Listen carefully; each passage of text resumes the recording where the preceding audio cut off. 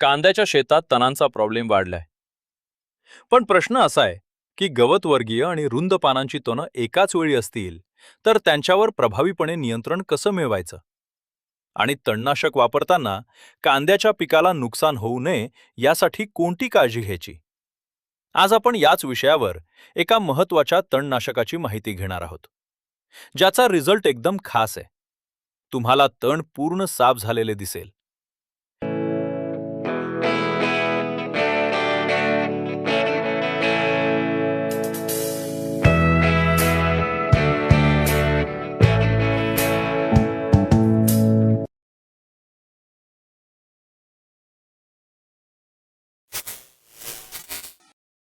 नमस्कार शेतकरी मित्रांनो, तुमचं स्वागत आहे आपल्या फार्म सायन्स या यूट्यूब चॅनलवर.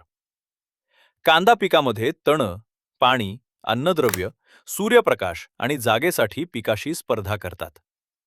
त्यामुळे योग्य वेळी तण नियंत्रण करणं खूप महत्त्वाचं आहे, नाहीतर त्याचा परिणाम उत्पन्नावर दिसून येतो. गवतवर्गीय आणि रुंद पानांच्या तणांवर नियंत्रण मिळवण्यासाठी हे औषध उपयोगी ठरू शकतं. कांद्यातील वापरलं जाणारं हे बेस्ट तणनाशक आहे UPL अजिया. हे पोस्ट एमर्जन्स सेलेक्टिव्ह हर्जिसिड आहे, जे कांदा आणि लसूण पिकांमध्ये तण नियंत्रणासाठी वापरलं जातं.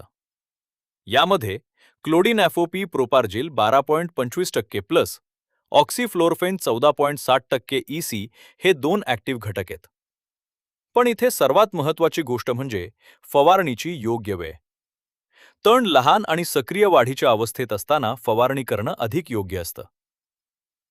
आता डोसबद्दल बोलायचं झालं तर उपलब्ध माहितीनुसार 400 मिलीलिटर प्रति एकर ही मात्रा आहे, म्हणजेच 2 मिली प्रति लिटर पाण्यासाठी.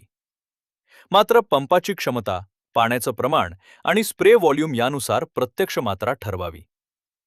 तण पूर्णपणे वाळण्यासाठी आणि मरण्यासाठी साधारणपणे 12 ते 15 दिवस लागू शकतात. हे तणनाशक क्विक नॉकडाऊन इफेक्ट दाखवते आणि दीर्घकाळ तणांवर नियंत्रण ठेवते. आणखी एक गोष्ट लक्षात ठेवा, जास्त औषध म्हणजे जास्त परिणाम नाही. चुकीची मात्रा, चुकीची अवस्था किंवा चुकीची फवारणी केल्यास अपेक्षित परिणाम मिळणार नाही आणि पिकावरही अनावश्यक परिणाम होऊ शकतो. त्यामुळे तणाची ओळख, तणांची अवस्था आणि कांदा पिकाची अवस्था पाहूनच फवारणी करा. तुम्ही आत्तापर्यंत कोणता तणनाशक वापरत होतात? कमेंटमध्ये नाव नक्की सांगा. अशाच कांदा पिकाच्या प्रॅक्टिकल माहितीसाठी फार्म सायन्स चॅनलला सबस्क्राईब करा. तुम्हाला जर लष्करी अळीसाठी बेस्ट ट्रीटमेंट जाणून घ्यायची असेल तर स्क्रीनवर दिसणाऱ्या व्हिडिओवर क्लिक करा. धन्यवाद.